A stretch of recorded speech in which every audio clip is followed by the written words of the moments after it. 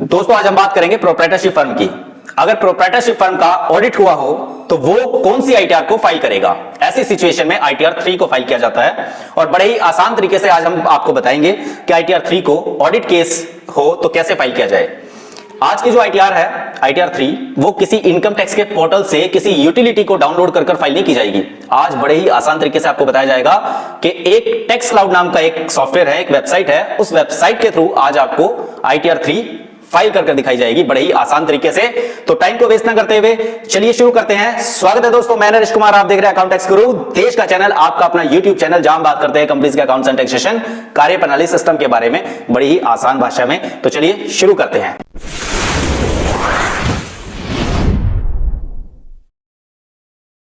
Video अच्छी लगी हो तो वीडियो को लाइक करें, चैनल पर अगर आप पहली बार आए हैं तो सब्सक्राइब करें चैनल को, और दोस्तों बेल आइकन को हिट करना बिल्कुल ना भूलें ताकि जब भी हमारी कोई नई अपडेट्स आए, नई वीडियो आए तो आपको सबसे पहले मिले।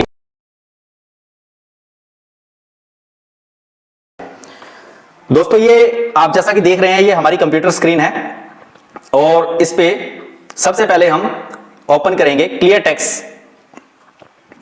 जब आप जाएंगे गूगल पर, यहां लिखिए google.com, ये आपका गूगल ओपन हो गया और यहां लिखिए टैक्स क्लाउड। मैंने इस पे रजिस्टर किया हुआ है, आप भी इस पे रजिस्टर कर लीजिए।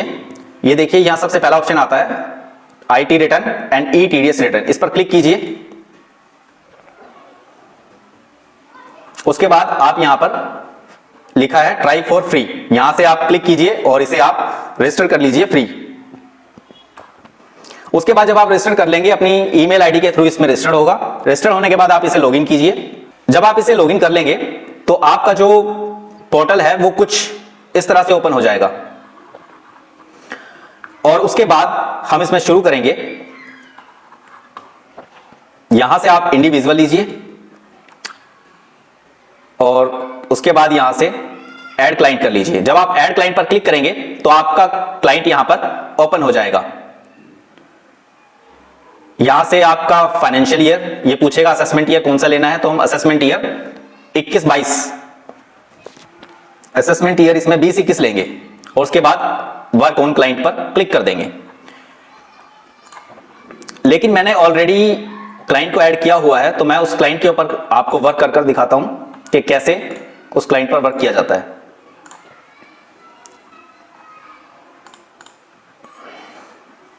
आपको ऐड क्लाइंट करना है, फर्स्ट टाइम कर रहे हो और मैंने क्लाइंट को पहले से ही ऐड किया हुआ है तो मैं उस क्लाइंट पर वर्क ऑन क्लाइंट पर क्लिक करता हूं क्योंकि मेरा ऑलरेडी ऐड हुआ पड़ा है। और यहां से मैं असेसमेंट ईयर 20-21 इसमें सेलेक्ट कर वर्क ऑन क्लाइंट, बिल्कुल सेम वही प्रोसेस है जो अभी मैंने आपको दिखाया था, सेम उसी तरीके से वर्क ऑन क्लाइंट पर क्लिक करेंगे। इस तरह से ये ओपन हो जाएगा। बड़ी खूबसूरती के साथ इसके अंदर बताया गया है। इसमें 5 हेड दिखाए गए हैं, पर्सनल डिटेल, पर्सनल इंफॉर्मेशन, और उसके बाद है income source, deductions, tax paid और टैक्स फाइलिंग। उसके बाद सबसे पहले हम इसके अंदर पर्सनल इंफॉर्मेशन में आते हैं। पर्सनल इंफॉर्मेशन के अंदर आप क्लिक कीजिए, नीचे 2 ऑप्शन आपको दिखाई देंगे, ए और बी। ए के अंदर पर्सनल इंफॉर्मेशन है और बी के अंदर आपकी एड्रेस की डिटेल है। तो पर्सनल इंफॉर्मेशन में क्लिक कीजिए और इसके अंदर जो भी नाम है, बेसिक सी डिटेल है, वो आप भर लीजिए जैसे मैंने इसके अंदर फिल किया हुआ है। क्लाइंट का नाम, ठीक है, डेट ऑफ बर्थ है, पैन नंबर, फादर नेम और स्टेटस पूछ रहा है, मैरिटल स्टेटस, मैरिड है, अनमैरिड है। उसके बाद आप यहां पर क्लिक करके इसे सेव कर दीजिए। फिर उसके बाद एड्रेस की डिटेल पर क्लिक कीजिए। एड्रेस की डिटेल पर क्लिक करने के बाद यहां पर एड्रेस आ जाएगा, जो भी एड्रेस है। उसके बाद आप यहां पर एड्रेस टाइप करने के बाद यहां पर स्टेट ले लीजिए, कंट्री ले लीजिए और उसके बाद यहां पर फोन नंबर और मेल आईडी टाइप कीजिए और सेव कर लीजिए। यहां सेव करते ही नेक्स्ट हम पर्सनल इंफॉर्मेशन के बाद इसमें हम इनकम सोर्स के बारे में बताएंगे। इनकम सोर्स पर क्लिक कीजिए। जैसे इनकम सोर्स पर क्लिक किया उसमें आगे 5 ऑप्शन आ गए, मतलब इनकम के 5 हेड। इनकम जो होती है वो कुल 5 हेड से होती है और आज हम ऑडिट केस की बात कर रहे हैं प्रोप्राइटरशिप की, तो उसके अंदर जो इनकम हम दिखाने वाले हैं उस केस में हमारी ना तो इनकम सैलरी से है, ना ही कोई अदर सोर्स से इनकम है और ना ही इसके अंदर हमारी हाउस प्रॉपर्टी से इनकम है, ना ही कैपिटल गेन से इनकम है। हमारी जो इनकम है वो बिजनेस एंड प्रोफेशन से है। तो बिजनेस एंड प्रोफेशन पर हम क्लिक करेंगे, बिजनेस एंड प्रोफेशन पर, और उसके बाद बड़ा ही आसान तरीका है। देखिए इसमें सब मेंशन है, आप नीचे आ जाइए। इस पर क्लिक करने के बाद यहां पर आपको मैं बता दूं यहां पर सबसे पहले आपको ना ऑडिट इंफॉर्मेशन, ऑडिटर की जो डिटेल है वो डालनी पड़ेगी, जो भी आपका ऑडिटर है। फिल ऑडिटर डिटेल, यहां क्लिक कीजिए और यहां पर आपको ये टिक करना है, are you liable to maintain accounts as per section 44AA, तो यहां टिक कर दीजिए। उसके बाद अगले 2 टिक आप खाली छोड़ दीजिए। फिर पूछेगा are you liable for audit under section 44AB, tick कर दीजिए। If liable for audit under section 44AB where the accounts audited by an accountant, मतलब चार्टर्ड अकाउंटेंट, तो यहां टिक कर दीजिए। उसके बाद नेम ऑफ ऑडिटर, अगर ऑडिटर की कोई फर्म है, प्रोप्राइटरशिप है या पार्टनरशिप फर्म है, तो उस फर्म का नाम आ जाएगा फर्स्ट में। उसके बाद ऑडिटर का नाम आ जाएगा, जो भी ऑडिटर है। मेंबरशिप नंबर आ जाएगा ऑडिटर का, ऑडिटर का रजिस्ट्रेशन नंबर आ जाएगा। और उसके बाद ऑडिट फर्म पैन, अगर फर्म का कोई पैन नंबर है तो वो आ जाएगा, या अगर प्रोप्राइटरशिप है ऑडिटर तो उसका इंडिविजुअल नंबर आ जाएगा यहाँ पर, पैन नंबर। उसके बाद date of report of audit, जिस डेट में ऑडिट हुआ है वो डेट आ जाएगी। और date of furnishing the audit report, ये कहता है date of report of tax audit, मतलब जो टैक्स ऑडिट की जो डेट है लास्ट डेट वो यहाँ पर आ जाएगी। और जिस डेट में ऑडिट रिपोर्ट फर्निश की गई है वो डेट यहाँ पर आ जाएगी। दोनों डेटें सेम भी हो सकती है अगर सेम डेट में ही काम हुआ है, लेकिन हमारा यहाँ सेम डेट में हुआ इसलिए मैं सेम डेट लिख रहा हूँ। आपकी डेट अलग हो सकती है क्योंकि ऑडिट रिपोर्ट, ऑडिट की डेट अलग होती है और हम ऑडिट की डेट से पहले भी ऑडिट करवा लेते हैं, तो इसलिए यहाँ डेट डिफरेंट हो सकती है। उसके बाद सेव कर दीजिए, इन नीचे वाले 2 ऑप्शन पर टिक नहीं करना है, सेव कर दीजिए। सेव करने के बाद आप देखेंगे इसमें जो ये हमारा बिजनेस एंड प्रोफेशन है, यहां से आप दोबारा क्लिक कीजिए और अभी आप नीचे आएंगे, नीचे ऑडिट इंफॉर्मेशन आपने डाल दी है। उसके बाद आपने क्या करना है, यहां पर थोड़ा ऊपर आकर ये जीएसटी की डिटेल, अभी ये यहां पूछ रहा है फाइनेंशियल स्टेटमेंट एंड शेड्यूल, इसके अंदर जीएसटी की डिटेल आ जाएगी आपकी, ऐड जीएसटी डिटेल, यहां क्लिक कीजिए। यहां पर आप जीएसटी नंबर डाल दीजिए और यहां पर ग्रॉस रिसिप्ट जो आपका टर्नओवर है वो डाल दीजिए, डाल के यहां सेव कर दीजिए। उसके बाद back to business and profession पर क्लिक कीजिए, ये बैक आ जाएंगे। उसके बाद जीएसटी डिटेल डालने के बाद सेकंड पूछ रहा है schedule BP, business and profession से जो आपकी इनकम हुई है उसकी डिटेल आप डालने के लिए शेड्यूल बीपी के अंदर आप आइए। उसके बाद यहां पर आप देखेंगे ये लिखा है ऑटोमेटिकली कॉपीड फ्रॉम पीएनएल, यहां क्लिक करिए डिटेल फिल करने के लिए जो आपकी ऑडिट रिपोर्ट है। उसके बाद ये कुछ ऑप्शन आपके सामने ओपन होंगे, इन ऑप्शन को हमने फिल करना है, लेकिन जो साथ में ये नीचे एक डायलॉग बॉक्स आपको शो हो रहा है, इसके अंदर सोर्स जो अमाउंट आपका आएगा और एप्लीकेशन ये दोनों सेम होने चाहिए और डिफरेंस नीचे यहां पर 0 होना चाहिए। तो आपका ये समझ लीजिए कि जो आपने डाटा डाला है वो बिल्कुल सही है। तो अब ये जो डाटा इसके अंदर है वो आप यहां से डालेंगे, ये 1 2 3 4 5 सोर्स हैं, यहां से हम शुरू करते हैं। तो सबसे पहले आप इसके अंदर 1 नंबर जो शीट है सोर्स ऑफ फंड, यहां क्लिक कीजिए प्लस के निशान पर, इस पर क्लिक करने पर ये ओपन हो जाएगा और यहां पर आपको डिटेल फिल करनी है, जैसा कि हमने इसके अंदर फिल कर दी है डिटेल। इसके अंदर लिखा हुआ है प्रोप्राइटर कैपिटल, या प्रोप्राइटर कैपिटल, जो भी प्रोप्राइटर कैपिटल है वो आप इसमें डाल दीजिए। अब ये शो कैसे होता है कि कहां लिखी है प्रोप्राइटर कैपिटल, तो मैं आपको ये दिखा दूं कि मेरे पास एक ऑडिट रिपोर्ट है जो सीए के द्वारा ऑडिट की गई है। ये एक ऑडिट रिपोर्ट है जो सीए के द्वारा ऑडिट की गई है। तो इस ऑडिट रिपोर्ट को कैसे स्टडी करना है और कैसे इस ऑडिट रिपोर्ट का डाटा इसके अंदर डालना है, कौन सी शीट है, कहां से डाटा उठेगा। अब ये देखिए यहां पर आपकी ये, अगर मैं बताऊं इसमें काफी सारे पेज होते हैं इसके अंदर, अगर आप गिनती करने बैठेंगे तो इसमें काफी सारे इसमें पेज मिल जाएंगे आपको, 20-25 पेज हैं। लेकिन आपको क्या सारे पेज इसके अंदर अपलोड करने हैं, क्या सारी शीटें आपको इसके अंदर अपलोड करनी है जो सीए ने दी होती हैं? नहीं, इतनी सारी शीटें, देखिए कितनी सारी शीटें हैं, इन सभी शीट्स को आपने इसमें अपलोड नहीं करना। मैं आपको बताता हूं कि आपको कौन सी शीटें लेनी है। आप देखिए जब सीए को डाटा देते हो ऑडिट करने के लिए तो आप कौन सा डाटा देते हो, इसमें मैं आपको बताता हूं। आप जब सीए को डाटा देते हो ना तो आप सीए को अपनी बैलेंस शीट देते हो, इसमें लगी होती है, आप देखोगे जिनका भी ऑडिट हुआ है उन्हें मालूम है। ये देखिए ये आप शीट देते हो, ये डाटा होता है आपकी बैलेंस शीट का, कुछ इस तरह से इसमें लिखा हुआ है, ये आपकी बैलेंस शीट का डाटा है। ठीक है जी, ये डाटा है आपकी बैलेंस शीट का, ये बैलेंस शीट है, इसे आपको फिल करना है। और एक शीट होती है आपकी ये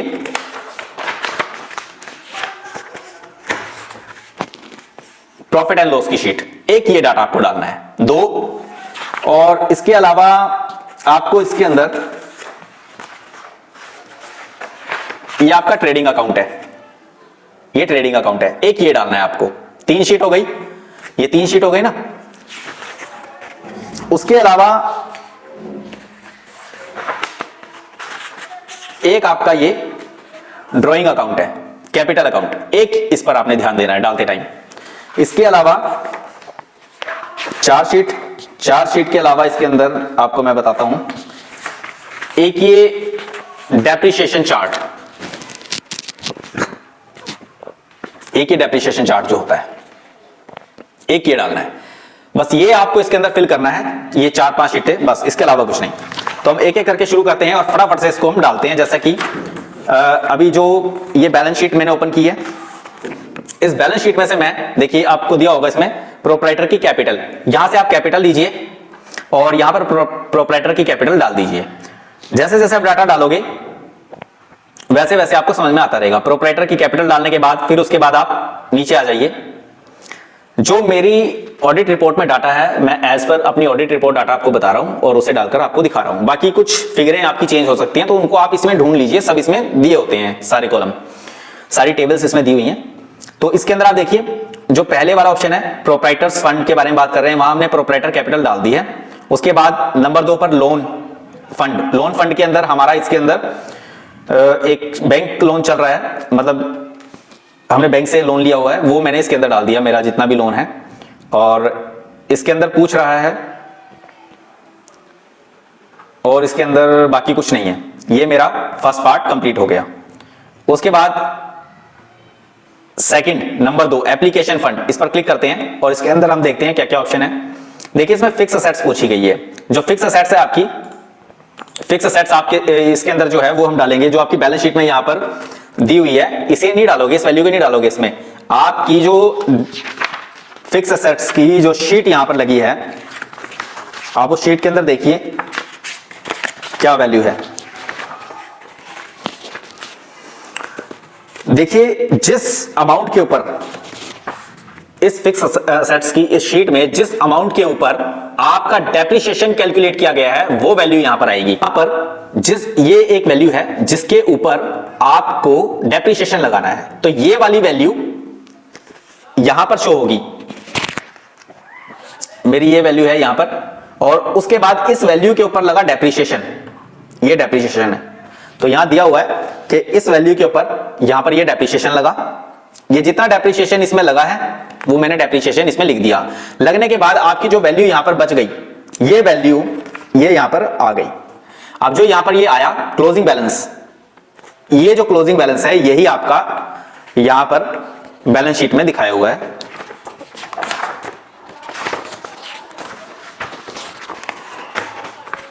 ये देखिए बैलेंस शीट में यहां फिक्स असेट्स ये दिखाई हुई है। तो ये फिक्स असेट्स मैंने इसमें मैच कर ली, मेरा टोटल फिक्स असेट्स का मैच हो गया है। ये मैंने आपको डेप्रिसिएशन की शीट दिखाई, वहां पर जिस वैल्यू पर आपका डेप्रिसिएशन लगा, फिर ये आपका जो डेप्रिसिएशन है वो लगने के बाद जो आपके पास फिक्स असेट्स बची वो यहां पर आ गई, फिक्स असेट्स। अब उसके बाद हम इसमें नेक्स्ट आगे देखते हैं। इसमें आगे मैंने इसमें डाला हुआ है, आगे ये नंबर 3 में पूछ रहा है current assets loan and advance. तो इसके अंदर मैंने इसके अंदर अपना जो स्टॉक है वो इसके अंदर शो किया। फिनिश गुड्स के अंदर मैंने अपना स्टॉक जो है वो लिख दिया। ये मेरी बैलेंस शीट में मेंशन भी है, यहां पर ये मेरा स्टॉक है, असेट साइड में ये मेरा स्टॉक इसमें लिखा हुआ है, क्लोजिंग स्टॉक। ये मैंने इसके अंदर डाल दिया कि जो मेरा क्लोजिंग स्टॉक बचा as per balance sheet, audited balance sheet 31 March 2020 में। उसके बाद हम बात करते हैं सन्ड्री डेटर। देखिए आपको अलग अलग डेटर की डिटेल देने की जरूरत नहीं है, इसमें आप सन्ड्री डेटर डाल दीजिए, कितने के सन्ड्री डेटर हैं। तो ये आगे पूछ रहा है सन्ड्री डेटर, तो डेटर्स भी इसमें करंट असेट्स में आप देखोगे यहां पर आपके सन्ड्री डेटर दिए हुए हैं। ये मैंने इसमें से सन्ड्री डेटर का अमाउंट उठाया और सन्ड्री डेटर लिख दिया, बस कुछ भी नहीं करना, ज्यादा इतना टफ नहीं है। उसके बाद कैश इन हैंड पूछ रहा है, कैश इन हैंड मैंने बैलेंस शीट में यहां दिया हुआ है, असेट साइड में है कैश इन हैंड, मैंने यहां कैश इन हैंड उठाया और इसके अंदर मेंशन कर दिया। कैश इन हैंड के नीचे बैंक बैलेंस पूछ रहा है, तो वो भी बैलेंस शीट में से जो भी ऑडिट बैलेंस शीट में बैंक बैलेंस है वो डाल दिया इसके अंदर। उसके बाद आगे ये मुझसे पूछ रहा है, नेक्स्ट आगे इसके अंदर हम आ जाते हैं सन्ड्री क्रेडिटर। अब मैं आ जाता हूं लायबिलिटी वाली साइड में। देखिए अब सन्ड्री क्रेडिटर यहां पूछ रहा है, हमारा कैपिटल अकाउंट भी हो गया, लोन भी हो गया, नीचे है सन्ड्री क्रेडिटर। तो सन्ड्री क्रेडिटर का जो बैलेंस है वो मैंने यहां से देख लिया अपनी बैलेंस शीट में से, और इसके अंदर मैंने डाल दिया सन्ड्री क्रेडिटर। उसके बाद मेरा आगे अदर प्रोविजन इसमें शो कर रहा है। अदर प्रोविजन मींस अब इसके अंदर अगर कोई हेड आपको नहीं मिलता लायबिलिटीज का, वो मैं अदर प्रोविजन में इसमें डाल दूंगा।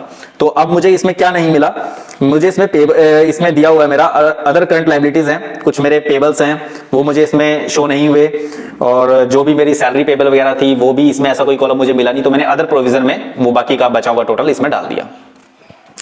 उसके बाद मेरी बैलेंस शीट का ऑलमोस्ट डाटा इसके अंदर आ गया। अब मैं इसमें नेक्स्ट आगे देखता हूं,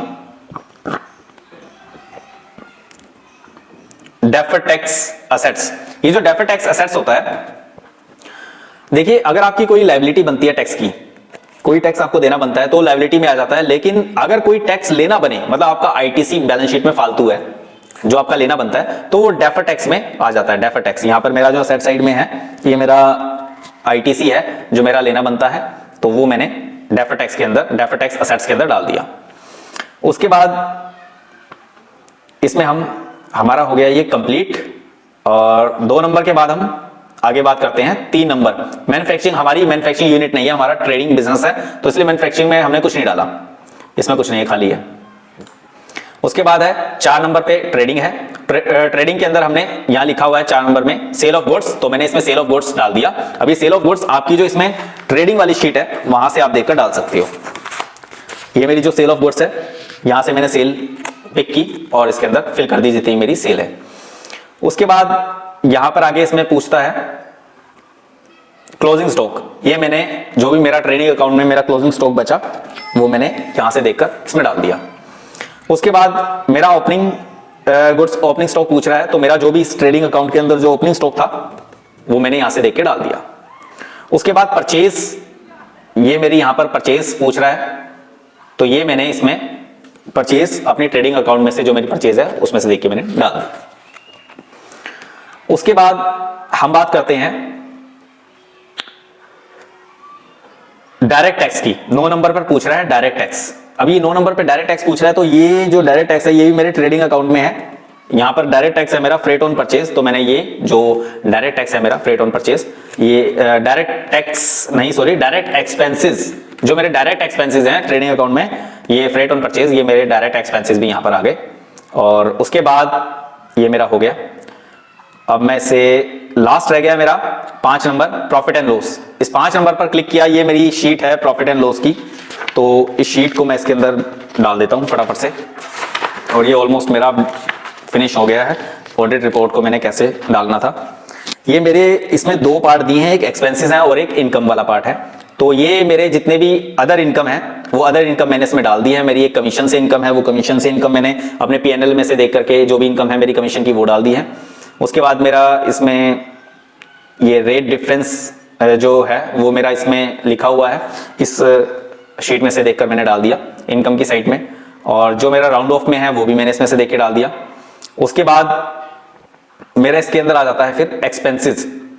तो जो एक्सपेंसेस है ये मेरा यहाँ पर जितने भी मेरे एक्सपेंसेस के पार्ट हैं, पावर एंड फ्यूल, ये मैंने इसमें से देख के डाल दिए। देखिए जितने भी ये हेड एक्सपेंसेस के हैं ये सारे हेड मैंने इसमें डाल दिए।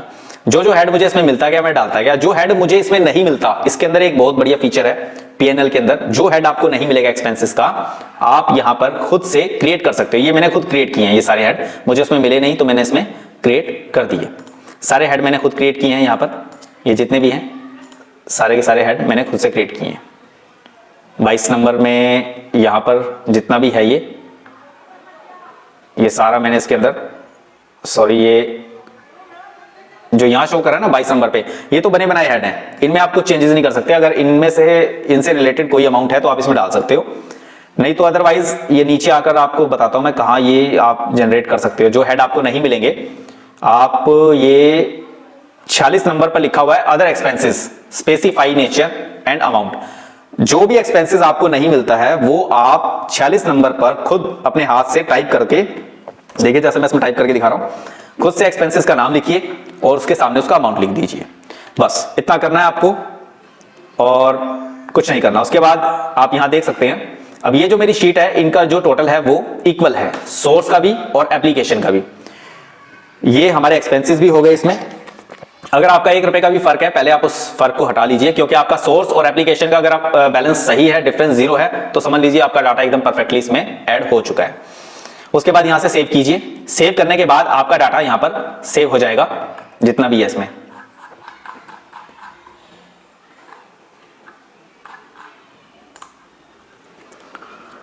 ये सेव हो गया डाटा, ठीक है। ये मेरी बैलेंस शीट थी और कैसे इसे ऐड करना था, इसमें से कितनी शीटें थी जो काम की थी आपने देखा। अभी मैंने आपके आगे ही इसमें सब करके आपको दिखाया।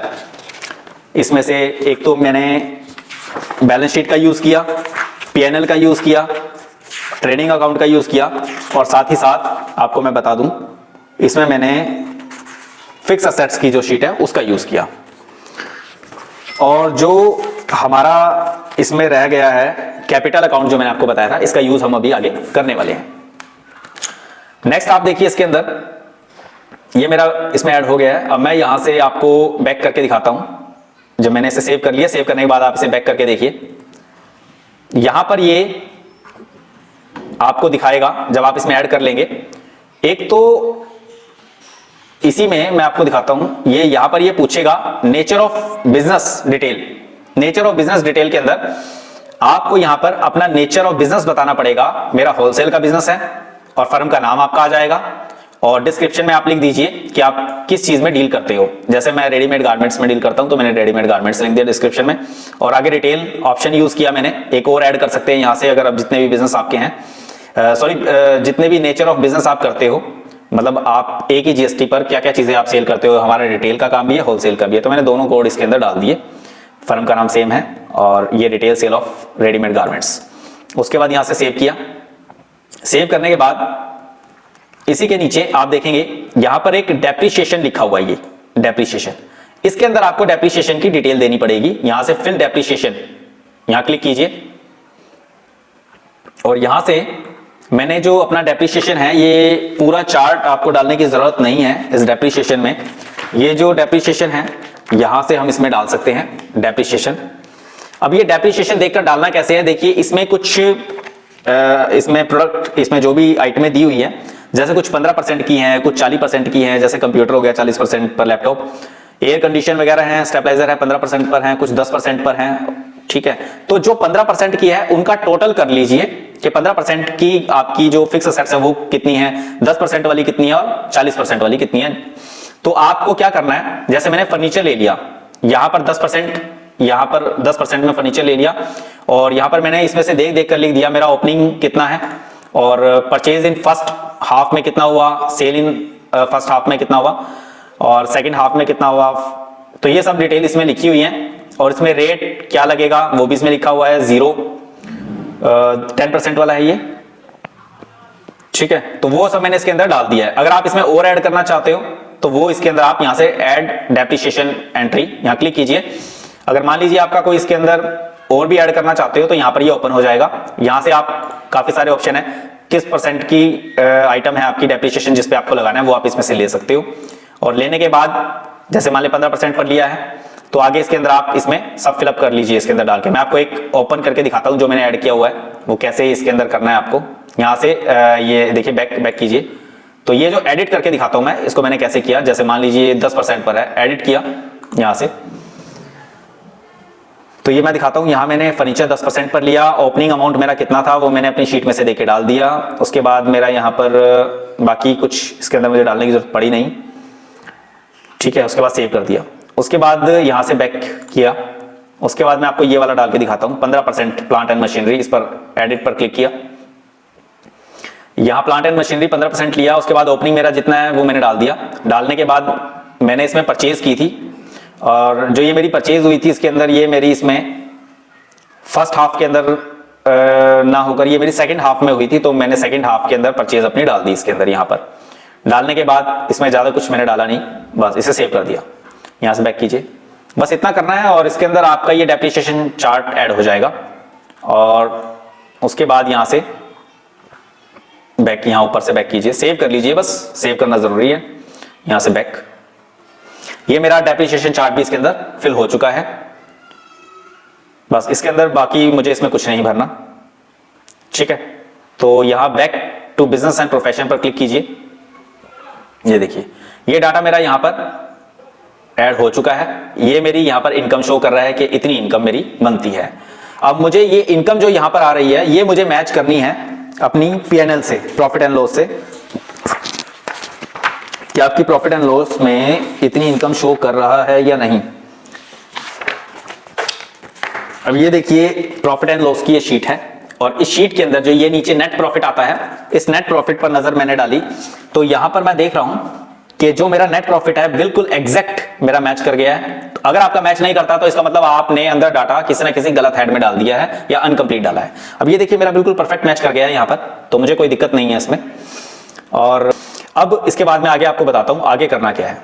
फिर आप यहां पर जो ये आपका डिडक्शन है, डिडक्शन का पार्ट, इस डिडक्शन के पार्ट में नंबर 3 पार्ट है डिडक्शन, जो आपने लाइफ इंश्योरेंस वगैरह करवाए होंगे, जो भी टैक्स सेविंग के पर्पस से जो भी डिडक्शंस है वो सब इसमें डाल दीजिए। तो मैंने यहाँ क्लिक किया डिडक्शन पर। यहाँ पहला पार्ट जो 80C का आ गया है इसके अंदर मैंने यहाँ क्लिक किया और नीचे कुछ ऑप्शन ओपन हो गए हैं। तो मैंने इसमें से बच्चों की स्कूल फीस सिलेक्ट की, जितनी मेरा अमाउंट था वो मैंने इसमें डाल दिया। आप इसमें लाइफ इंश्योरेंस भी डाल सकते हो, फिक्स डिपॉजिट भी डाल सकते हो, कम से कम minimum 5 year fix deposit, 5 year FD ही एप्लीकेबल है। 1 year 2 year 3 year 4 year FD अगर आप इसमें डालते हो वो एप्लीकेबल नहीं है, वो आप टैक्स सेविंग के लिए यूज नहीं कर सकते। ओनली 5 ईयर एफडी ही एप्लीकेबल है और एफडी करवाने के बाद उसे आप तोड़वा नहीं सकते 5 साल तक। अगर तोड़वाओगे तो जिस साल में आपने एफडी तोड़वाई है उस साल में आपकी वो इनकम में ऐड हो जाएगी, मतलब जो बेनिफिट आपने अब लिया था उतना ही आपको नेक्स्ट ईयर में आपकी इनकम में जुड़ जाएगा। ये जोड़ना पड़ेगा आपको ये जब भी आप इसे तोड़वाओगे 5 साल से पहले। तो बाकी पीएफ वगैरह बाकी चीजें ईएसएस सब कुछ इसमें, ईएलएस ये सब डाल सकते हो इसके अंदर आप। प्रिंसिपल होम लोन भी इसमें आप डाल सकते हो। तो मेरा तो स्कूल फीस का था, मैंने इसमें डाल दिया और डालने के बाद यहाँ से सेव कर देंगे। और साथ में इसमें आगे बी पार्ट है। बी पार्ट के अंदर अगर है कुछ आपका कोई, तो मेरा यहाँ मेडिकल इंश्योरेंस है, तो मेडिकल इंश्योरेंस में भी इंश्योरेंस प्रीमियम में पूछ रहा है। सेल्फ के लिए है तो यहाँ पर इस कॉलम में डालिए, फॉर पेरेंट्स के लिए है तो इस कॉलम में डालिए। और पेरेंट्स के लिए एज क्या है, बिलो 60 है, 60 से 79 है और या 80 अबव है, तो वो आप सिलेक्ट करके डाल सकते हो। उसके बाद यहाँ से बाकी कुछ इसमें लिया नहीं मैंने, सेव कीजिए। सेव करने के बाद उसके बाद यहाँ बाकी मैंने इसमें कुछ डाला नहीं है। तो इसके बाद अब मैं देखना चाहता हूँ मेरी जो टैक्स की कैलकुलेशन है, मेरा जो टैक्स है वो क्या बनता है। तो उसके बाद मैंने ये 5 नंबर यहाँ ऊपर से जो डिडक्शन है उसके बाद टैक्स पेड है और ये है टैक्स फाइलिंग, यहां पर क्लिक किया। क्लिक करने के बाद अब ये नीचे पूरी डिटेल मेरे सामने आ गई है। Date of birth, PAN number, assessment year, status of return original है, रेजिडेंट स्टेटस में रेजिडेंट में शो हो रहा है इसमें। उसके बाद समरी आ गई है और लिखा हुआ है डिडक्शन एंड टैक्सेस ITR 3, मतलब ITR 3 जाएगी प्रोप्राइटरशिप का अगर ऑडिट है उस केस में। तो इसके अंदर ये इनकम फ्रॉम बिजनेस प्रोफेशन इसमें लिखा आ गया है, ग्रॉस इनकम मेरी कितनी है वो भी लिखी आ गई है, टोटल डिडक्शन भी लिखा आ गया है, टोटल इनकम भी मेरी लिखी आ गई है 5 लाख से कम है, इसीलिए मेरा जितना भी इसमें टैक्स बनता था सारा का सारा मेरा माफ हो गया है। क्योंकि 5 लाख तक अगर आपकी इनकम होती है, कौन सी, अगर आपका नेट प्रॉफिट आया मान लो 7 लाख, उसमें से आप 2-2.5 लाख रुपए मतलब आप डिडक्शन में यूज कर लेते हो, टैक्स सेविंग के लिए आप इतना खर्चा अगर आप कर देते हो, तो 7 लाख में से 2 लाख अगर आपने टैक्स सेविंग में यूज कर लिए तो बचे 5 लाख। तो ये जो 5 लाख का अमाउंट है आपकी टोटल अमाउंट, ग्रोस अमाउंट में से पहले 80C 80D जितने भी आपके टैक्स सेविंग बेनिफिट है इन सबको लेस करने के बाद जो बचेगा वो अमाउंट आपने देखना है 5 लाख तक है या 5 लाख से ज्यादा है। अगर 5 लाख तक है तो आपका जितना भी टैक्स बना होगा वो सब माफ हो जाएगा। तो देखिए मेरा जितना टैक्स बना था तो ये अंडर सेक्शन 87A में मेरा ये माफ हो गया।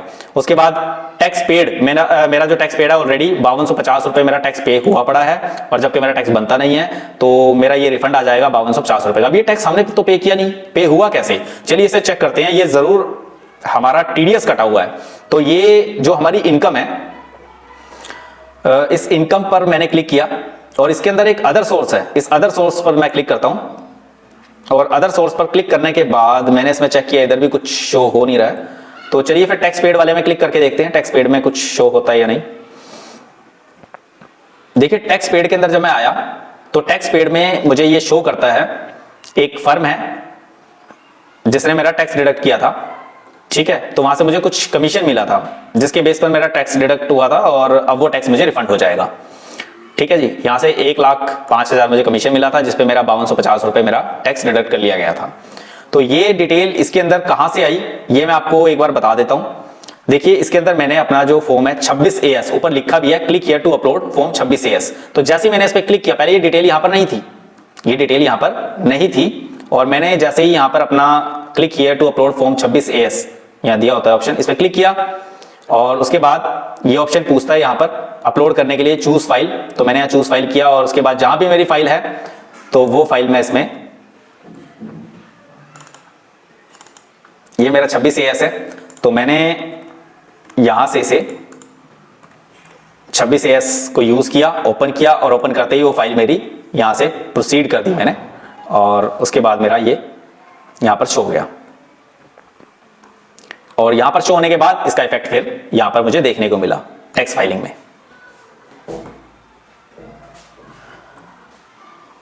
अब ये जितना भी मेरा डाटा इसके अंदर आया, मुझे चेक करना है ये डाटा सही है, इसमें कोई कमी तो नहीं है। इसमें सबसे खास बात मुझे ये लगी कि इस पूरे इनकम टैक्स मतलब इस वेबसाइट में जितना भी डाटा मैंने डाला उसकी कंप्यूटेशन ऑटोमेटिक सेकंडों में तैयार होगी। देखिए मैंने कंप्यूटेशन तो बनाई नहीं, मैंने सिर्फ फॉर्म को फिलअप किया था।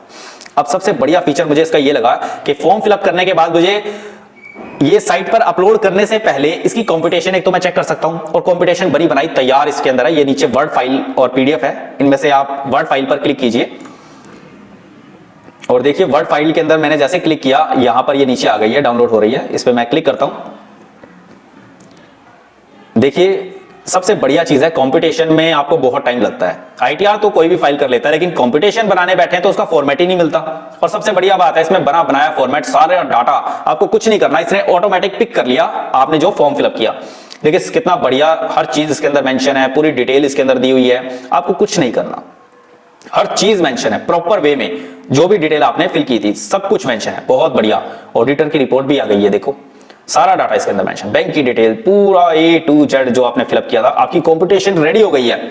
इसमें बहुत टाइम लगता है, 1 घंटा लग जाता है। फॉर्मेट ना हो तो बहुत ज्यादा दिक्कत आती है। तो देखिए सारा डाटा फिल है।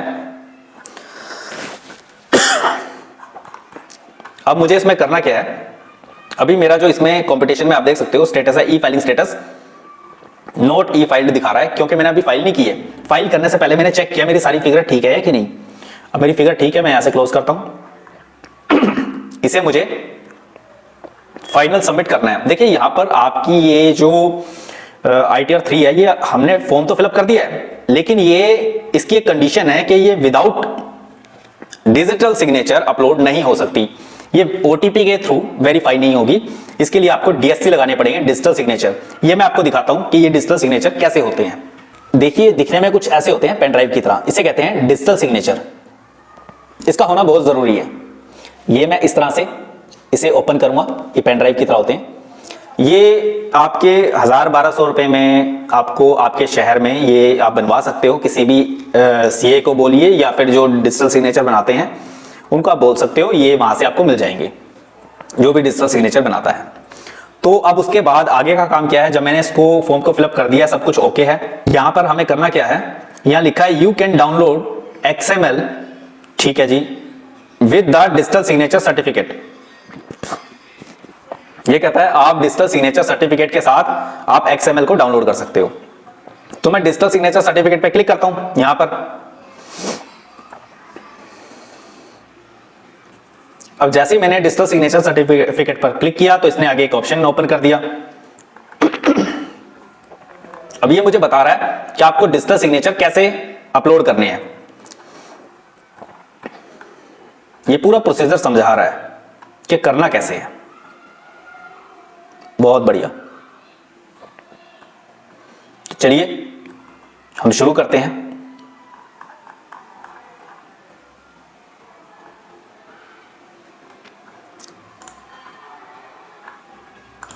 इसके लिए हमें करना क्या है, ये डाउनलोड ITR XML।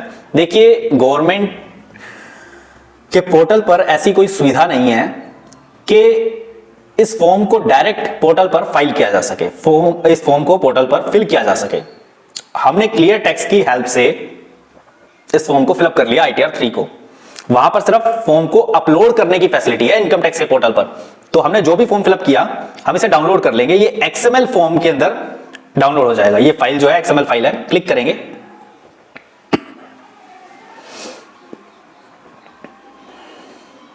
अब ये हमारी जो एक्सएमएल फाइल है, अब ये क्रिएट होने में कुछ टाइम लेगी। ये देखिए, ये एक्सएमएल फाइल हमारी रेडी हो गई है। इसमें लिखा है your XML file was successfully created और नीचे डाउनलोड भी हो गई है। उसके बाद हम इसमें क्या करेंगे, अब इसके बाद हम इसमें अपना पोर्टल, अपनी जो वेबसाइट है उसे ओपन करेंगे। देखिए, अब जो हमने एक्सएमएल बनाई है उसे गवर्नमेंट की साइट पर कैसे अपलोड करना है, इनकम टैक्स के पोर्टल पर।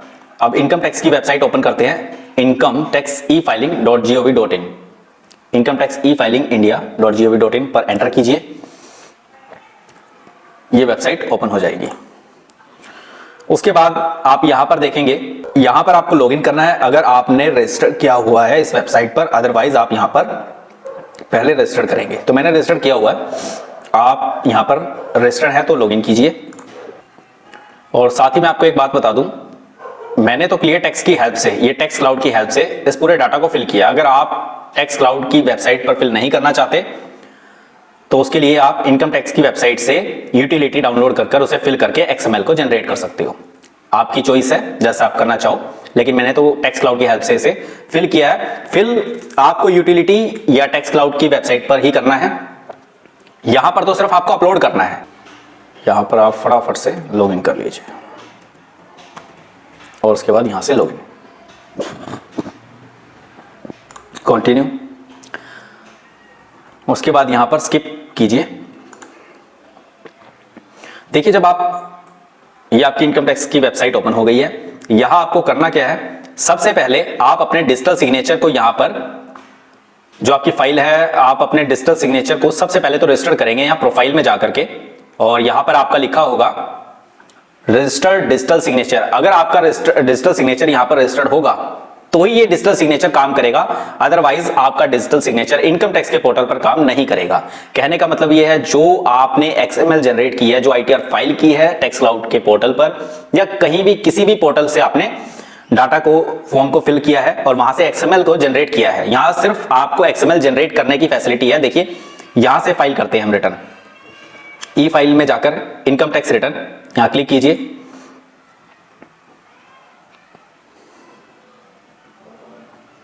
और उसके बाद यहां से ऑप्शन आपको मिल जाएगा, असेसमेंट ईयर आपको सिलेक्ट करना है 2021। उसके बाद आईटीआर फॉर्म जो भी आपका है, तो मेरा आईटीआर 3 है। उसके बाद टाइप ओरिजिनल या रिवाइज, हम ओरिजिनल या रिवाइज यहां पर क्लिक करेंगे। उसके बाद ये अपलोड एक्सएमएल, देखिए सिर्फ ऑप्शन ही अपलोड करने का है, यहां आप फॉर्म को फिलअप नहीं कर सकते। तो इसलिए आपको बाहर किसी भी वेबसाइट से फॉर्म को फिलअप करना है, जिसमें भी आपको फिलअप करना अच्छा लगता है, या गवर्नमेंट की यूटिलिटीज भी है उसको डाउनलोड करके भी आप फॉर्म को फिलअप कर सकते हो। फॉर्म फिलअप करना एक अलग मैटर है, वो आप कहीं भी फिलअप कर सकते हो, लेकिन उसको फिलअप करने के बाद, उसकी एक्सएमएल जनरेट करने के बाद आपको वो पोर्टल पर, इनकम टैक्स के पोर्टल पर कैसे अपलोड करना है, अब वो मुद्दा ये है। तो यहां अपलोड पर क्लिक करेंगे। उसके बाद ये पूछेगा are you audited under section 44AB, यहां पर टिक कर देंगे। उसके बाद ये कुछ स्टेप हैं, यहां पर कंटिन्यू करने से पहले ये आपको पूछेगा, यहां पर डिजिटल सिग्नेचर, ये कहता है needs to prepare using DSC, कहता है डिजिटल सिग्नेचर का यूज करना है आपने, डीएससी का यूज करना है, ठीक है, यहां पर डीएससी मैनेजमेंट यूटिलिटी के थ्रू। अब क्या चीज है ये डीएससी और कैसे काम करती है? देखिए, ओटीपी भी लिखा है, बट आधार ओटीपी से इसको आप वेरीफाई नहीं कर सकते क्योंकि ये ऑडिटेड बैलेंस शीट है। तो डीएससी से ही होगा, जैसा कि मैंने आपको दिखाया था, डिजिटल सिग्नेचर के बारे में बताया था अभी। तो वो जो डिवाइस है, ये जो डीएससी, ये डिवाइस है डिजिटल सिग्नेचर, आपको इस डिजिटल सिग्नेचर से अपनी एक्सएमएल जो आपने बनाई है, जो फॉर्म फिलअप किया ऑडिट रिपोर्ट का, उसको सिग्नेचर करने हैं, मतलब सिग्नेचर करके अपलोड करने हैं। अब सिग्नेचर पेन से तो करने नहीं, इस डिजिटल सिग्नेचर से करने हैं। मतलब ये वो पेन है, एक तरह से ये एक तरह का पेन है, इस पेन से आपको साइन करने हैं। अब वो साइन जो करने हैं ना, उस एक्सएमएल फाइल के ऊपर करने हैं। अब वो जो एक्सएमएल फाइल है उसके ऊपर आपको साइन करने हैं। अब साइन कैसे करोगे? अब उसके ऊपर कोई पेन तो चला नहीं सकते, ये आपका पेन होगा और इसके साथ आपको साइन करने हैं। अब इसके साथ साइन करने के लिए एक यूटिलिटी होती है साइन करने वाली, उसे कहते हैं डीएससी मैनेजमेंट यूटिलिटी। जो आप देख रहे हो स्क्रीन पर, ये वो यूटिलिटी है। इस यूटिलिटी की हेल्प से, मतलब समझ लीजिए ये इंक है और ये पेन है, इस पेन की इंक ये है वो रिफिल है जो पेन के अंदर डलता है ना रिफिल, ये वो रिफिल है। इस पेन को आप अपने कंप्यूटर में लगाओ। अभी मैं लैपटॉप में लगा रहा हूं इस पेन को। अब ये पेन लगने के बाद आपकी स्क्रीन पर एक ऑप्शन आएगा, ये आप इस पर क्लिक कीजिए, ये आपका फोल्डर खुल गया। देखिए जब आप फर्स्ट टाइम लगाओगे ना, आपके सामने 3 फाइलें आएंगी। आपको ये वाला सेटअप अपने कंप्यूटर में इंस्टॉल करना है, क्योंकि इसको इंस्टॉल करने के बाद ही आपका ये जो डिजिटल सिग्नेचर ये पेन ड्राइव की तरह ये काम करेगा। इसको मैंने तो इंस्टॉल कर लिया, आप यहां से इंस्टॉल कर लेना। इंस्टॉल करने के बाद आपका डिजिटल सिग्नेचर लगाते समय ये ऑप्शन ऑन होगा, इसको आप यस कर दीजिए। जैसे आप इसको यस करेंगे ये ऑप्शन खुल जाएगा। अब ये ऑप्शन खुलने के बाद पहले आप इसे लॉगिन कीजिए। यहां पर ये पासवर्ड पूछ रहा है, जो भी पासवर्ड आपको जब डिजिटल सिग्नेचर बनवाओगे वो आपको एक पासवर्ड जनरेट करके देगा, वो आपका अपना पासवर्ड होगा, वो आप यूज कर सकते हो। मैं अपना पासवर्ड इसमें यूज कर लेता हूं जो मेरा पासवर्ड है, और उसके बाद इसे यहां से ओके कर दीजिए, ये ओपन हो जाएगा। तो जिसके भी नाम से है वो दिखा देगा आपका डिजिटल सिग्नेचर। जब उस पर आप क्लिक करोगे तो उसकी वैलिडिटी भी दिखाएगा। ये देखिए वैलिडिटी पीरियड, ये कहां से कहां तक है।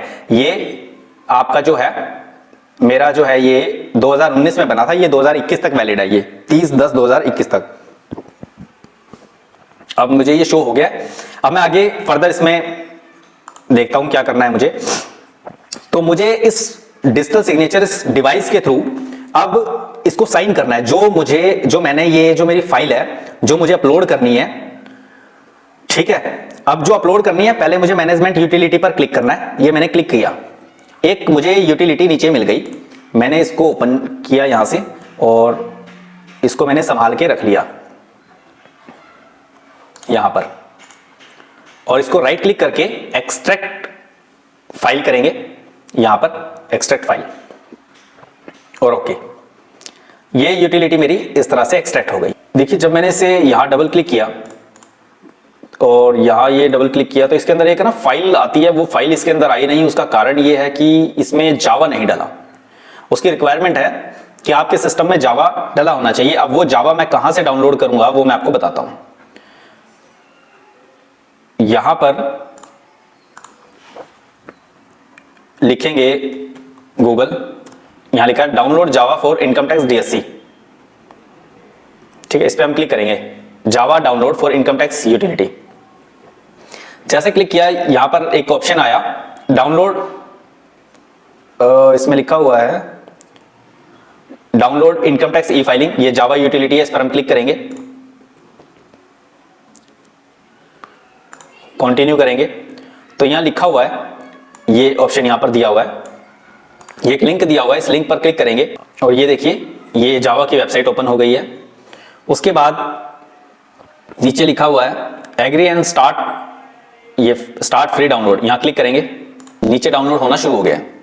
यहां शो पर आप क्लिक कीजिए तो ये आपको यहां शो करना शुरू कर देगा कि कितने % ये डाउनलोड हो गया है। देखिए ये चल रहा है यहां पर।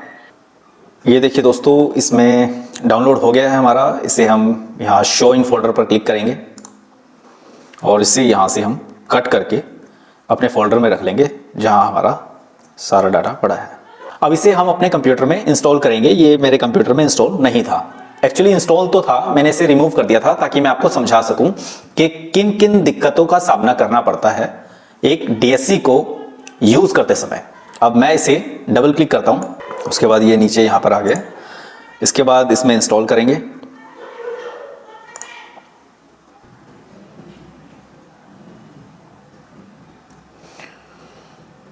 अभी देखिए यहां लिखा है यू हैव सक्सेसफुली इंस्टॉल्ड जावा। उसके बाद हम इसे क्लोज कर देंगे। जावा हमारे कंप्यूटर में इंस्टॉल हो चुका है। इंस्टॉल होने के बाद आप देखेंगे जो ये डीएससी यूटिलिटी है इसके ऊपर हम डबल क्लिक करेंगे। उसके बाद यहां पर डीएससी यूटिलिटी, इसे क्लोज कर देंगे। डीएससी यूटिलिटी पर डबल क्लिक करेंगे और जो ये फाइल है इसके ऊपर डबल क्लिक करेंगे। जैसे डबल क्लिक किया आपके सामने एक फाइल ओपन हो जाएगी। ये देखिए ये है डीएससी यूटिलिटी मैनेजमेंट, ठीक है। इसके थ्रू हम 2 काम करेंगे। पहला काम, अपने डीएससी को रजिस्टर करना बहुत जरूरी है इनकम टैक्स के पोर्टल पर। देखिए यहां पर लिखा हुआ है, आपको मैंने यहां बताया था प्रोफाइल सेटिंग में रजिस्टर्ड डिजिटल सिग्नेचर सर्टिफिकेट, ठीक है, ये रजिस्टर करने के लिए क्या करना होता है मैं आपको बताता हूं। जब आप इस पर क्लिक करेंगे तो मेरा तो ऑलरेडी रजिस्टर्ड हुआ पड़ा है। देखिए नीचे लिखा हुआ है सीरियल नंबर, इश्यूड, ये नीचे पूरी डिटेल लिखी हुई है। जिसका रजिस्टर्ड हो जाता है उसमें ये डिटेल आ जाती है। तो मेरा तो रजिस्टर्ड हुआ पड़ा है। आपके केस में क्या है, आपके केस में यहां पर कुछ भी लिखा नहीं आएगा। तो ऐसी सिचुएशन में आपको क्या करना होगा, जो यहां पर लिखा हुआ है click here to download DSC utility, जो मैंने ऑलरेडी डाउनलोड कर ली है, ठीक है। तो आपके केस में आप अगर यहां से भी डाउनलोड कर सकते हैं, नहीं तो मैंने तो डाउनलोड की है, वहां से आपको मैंने बताई दी है कैसे डाउनलोड करना है। उसके बाद यहां पर ये कहता है अटैच द सिग्नेचर फाइल, यहां पर आपको सिग्नेचर फाइल अटैच करनी है। तो यहां पर आपने क्या करना है, अपने डीएससी को रजिस्टर्ड करने के लिए आपकी जो ये इंस्ट्रक्शन और सेकंड नंबर पर लिखा है registered reset password using DSC, मतलब हम यहां पर एक सिग्नेचर फाइल बनाएंगे जिस सिग्नेचर फाइल को हम इनकम टैक्स के पोर्टल पर रजिस्टर कर देंगे। तो ये तो था रजिस्टर करने का एक प्रोसीजर। इसमें हम यहां क्लिक करेंगे, यहां पर आप अपना पैन नंबर डालेंगे, जो भी आपका पैन नंबर है, ठीक है। फिर वही पैन नंबर आप यहां भी डाल दीजिए,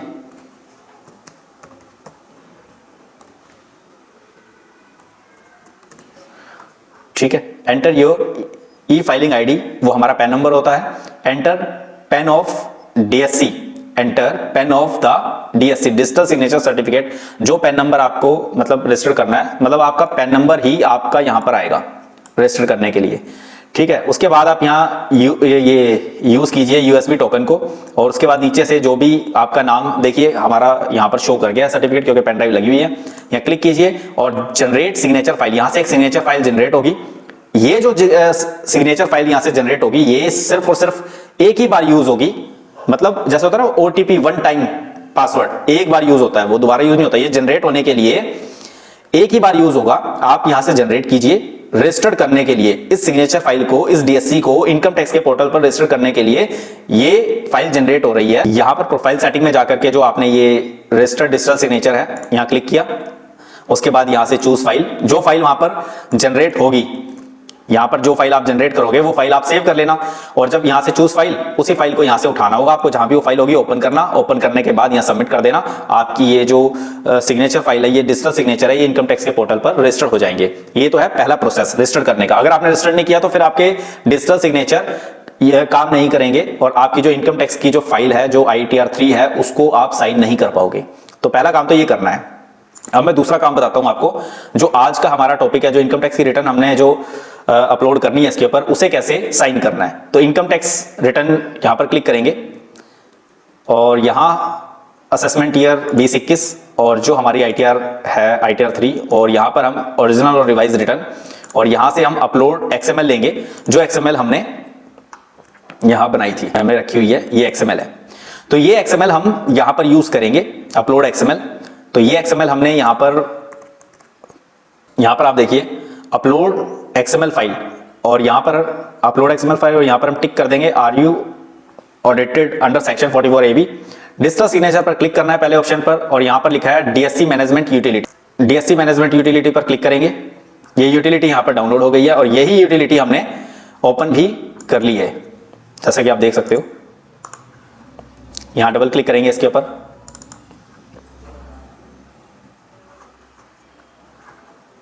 ये यूटिलिटी यहां ओपन हो गई है। पहली बार हमने यहां से रजिस्टर किया था, अब रजिस्टर नहीं करेंगे। रजिस्टर के साथ में लिखा है अपलोड XML, यहां पर क्लिक करेंगे। उसके बाद ब्राउज XML फाइल, यहां पर हम सिलेक्ट कर लेंगे ये अपलोड XML में ब्राउज XML फाइल, यहां क्लिक करेंगे। उसके बाद जहां भी आपकी फाइल रखी है वहां से वो फाइल आप उठाओगे। मतलब कहने का ये है कि ये आपकी ITR 3 की XML फाइल है, जो फॉर्म आपने फिलअप किया था। अब इस XML फाइल को आपने सिग्नेचर करना है इस DSC के थ्रू। अब इसमें सिग्नेचर करने के लिए इस फाइल को आप उठाओगे, मतलब इस फाइल को सिग्नेचर करने के लिए आप ब्राउज फीचर में ये फाइल उठाओगे और DSC के थ्रू साइन करोगे। ओपन किया मैंने इसे, उसके बाद USB टोकन का यूज किया, नीचे से सर्टिफिकेट लिया और जनरेट, और यहां पासवर्ड पूछेगा। पासवर्ड आपका जो भी डिजिटल सिग्नेचर का होगा वो आप डालिए और यहां पर लॉग इन कर दीजिए। ये कहता है सिग्नेचर फाइल इस पाथ के अंदर जाकर के आपकी हैज बीन जनरेटेड सक्सेसफुली, तो ओके कर दीजिए। अब मैं इसको देखना चाहता हूं कहां पर ये मेरी फाइल आई है। देखिए यहां सिग्नेचर फाइल मेरी थी, यहीं साथ में मेरी ये जो XML फाइल थी ITR3 की, इसको मैंने साइन किया और मेरी एक सिग्नेचर फाइल यहीं पर तैयार हो गई। अब ये जो सिग्नेचर फाइल मेरी तैयार हुई, ये सिग्नेचर फाइल मुझे अपलोड करनी है साइन करने के लिए। तो इसके लिए मैं क्या करूंगा, कॉपी किया और जो मेरा फॉर्म है ये, यहां पर मैं आऊंगा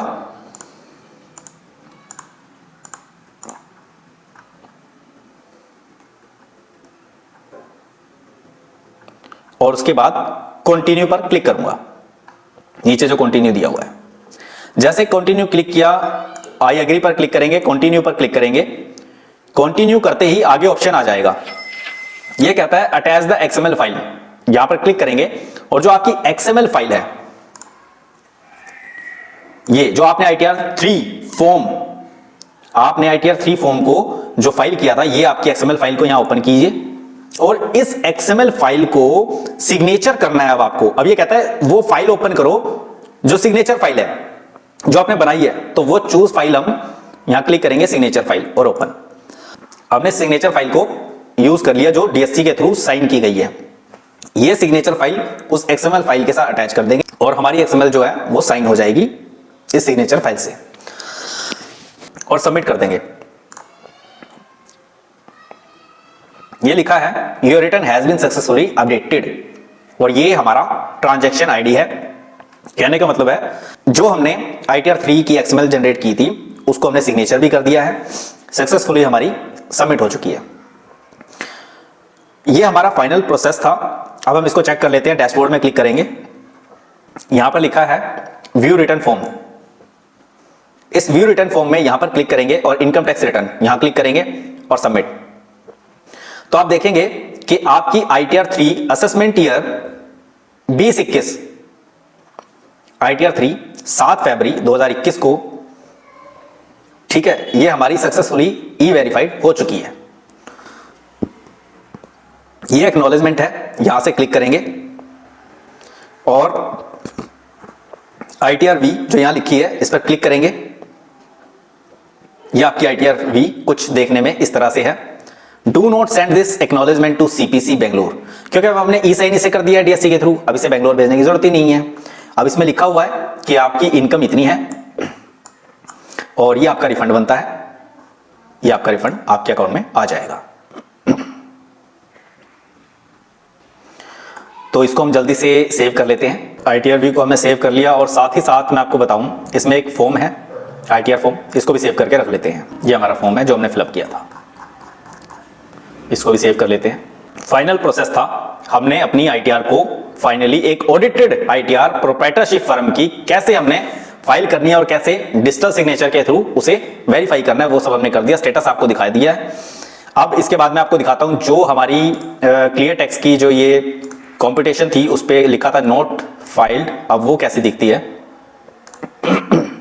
जो आप ये देख रहे थे, यहां पर एक कंपटीशन है। अब इस कंपटीशन पर क्लिक करते हैं और यहां क्लिक करेंगे। अभी देखिए,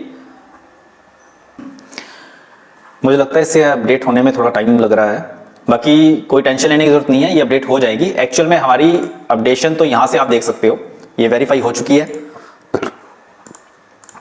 ये देखिए सक्सेसफुली वेरीफाइड, तो यहां वेरीफाई हो गई है, वो भी अपडेट हो जाएगी। ये प्रोसेसिंग में भी वर्किंग चल रही है इसके ऊपर, तो हो जाएगा। इसी तरह से फिर यहां पर प्रोसेस्ड भी लिखा आएगा और वेरीफाइड भी लिखा आएगा। तो दोस्तों आज हमने आपको बताया कैसे प्रोप्राइटरशिप फर्म अगर ऑडिट केस है तो उसकी कैसे ITR फाइल करनी है और कौन सी ITR फाइल होगी, और सबसे बढ़िया बात यह है कि कंपटीशन तो बनी बनाई मिल जाएगी आपको। दोस्तों मुझे विश्वास है कि आज की ये वीडियो आपको बहुत पसंद आई होगी। आपने वीडियो को लाइक, कमेंट और शेयर कर दिया होगा। जो नए दोस्त चैनल पर पहली बार आए हैं उन्होंने चैनल को सब्सक्राइब कर दिया होगा और बेल आइकन को तो आपने प्रेस कर दिया होगा। इससे होगा क्या, जब भी हमारी कोई नई वीडियो आएगी आपके YouTube ब्राउजर में वो वीडियो सबसे पहले देखने को मिलेगी। दोस्तों नेक्स्ट वीडियो में मिलते हैं बहुत जल्द एक नए टॉपिक के साथ। दोस्तों आपका अपने इस चैनल पर अपना कीमती समय देने के लिए आप सभी लोगों का तहे दिल से प्रेम पूर्वक बहुत बहुत धन्यवाद।